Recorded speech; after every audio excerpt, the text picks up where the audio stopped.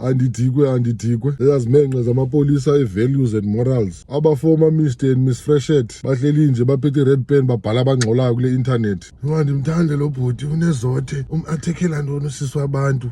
Simenxe ndini into xa unga-understand ubovele uyiyeke awuyo-target market. And sometimes uright ukuphoswe man ungahambi ugxophuleka nje ezintweni ezikude kuwe ngathi uyimpukane. Sakonwabaphi ifoni nje ezimenxe zabantu uhleli nje zikhangela i-reason yoba offended. Iwesi nje nibila nje nizi-boiling water usingaye lo umntu wento uhappy yena sigrand zizinombodidi nangoku ufake i-order usisi wami ngamthumelela into zakhe zafika wahappy samnandi. Ndiyabulela futhi chana akaziphiwanga akazicelanga khangafune ne-discount and futhi khangacela noba yi-brand ambassador njengabanye benu aba ndingazobabiza ngamagama but ke asikho lapho namhlanje man guys.